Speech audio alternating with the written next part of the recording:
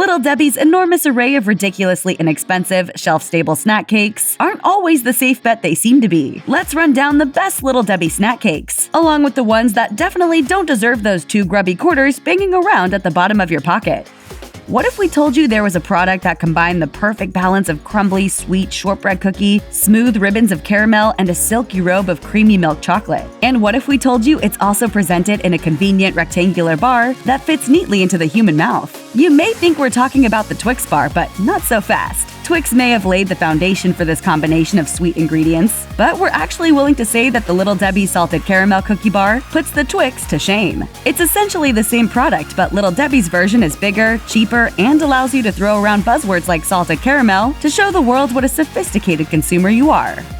There are 2 types of people in the world, those who love artificial banana flavoring and those who don't. If you happen to fall in the latter category, Little Debbie Banana Twins present a nightmare scenario. It's 2 layers of sponge cake filled with white banana-flavored cream filling that coats the roof of your mouth in fat and burns your sinuses with the intensity of its artificial flavoring. Actually, it's hard to tell where that banana flavoring is coming from. Is it in the frosting? Is it in the cake itself? Or has it somehow become airborne? Also, if you've ever wondered why fake banana flavoring tastes nothing like bananas, it's worth noting that actual fresh bananas don't taste the way they used to. Banana flavoring is based on the Big Mike varietal of bananas that you could buy at the store in the first part of the 20th century until they were wiped out by disease in the 1960s. Banana? Mocha banana? No.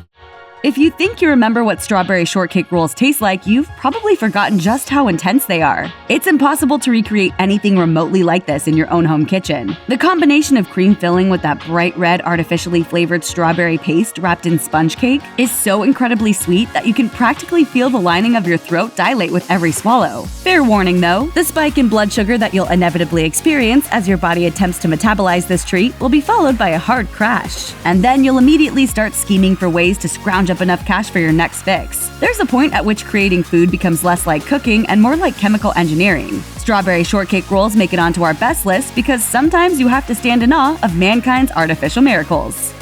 This might be a controversial choice, since the Cosmic Brownie actually has a significant number of fans. To us, however, it represents the worst of what Little Debbie has to offer. It consists of so-called chocolate that really has no discernible flavor whatsoever. And it's baked into a sludgy mess of dough that's less like a brownie and more like your hippie aunt's attempt at making her own Cliff Bars. For our money, brownies in general are already in the running for the title of worst dessert. Taking a factory-made brownie that doesn't taste like anything and shaking brightly colored bits on top doesn't improve on the formula. Cosmic Brownies are suitable strictly as an occasional treat in your kids' lunchboxes, when you want to send the message that you've stopped loving them. Your father and I were blissfully happy before you animals came along, and we won't let you beat us. If you were only to eat one Little Debbie product for the rest of your life, then it should be the humble Nutty Buddy. Why? Because all of the characteristics that appear to be shortcomings in the other products somehow work perfectly together in the Nutty Buddy. The understated flavor of the peanut butter cream, the crisp and light wafers, and the skim coat of chocolate all work in the snack's favor, instead of against it. Unlike most peanut butter flavored treats, the Nutty Buddy never overpowers, but is instead light enough to follow a meal of any size. Whether you choose to eat it as designed or gently break the individual wafers into layers, the Nutty Buddy delivers every single time. We might even go so far as to say that it renders all other Little Debbie products immediately irrelevant.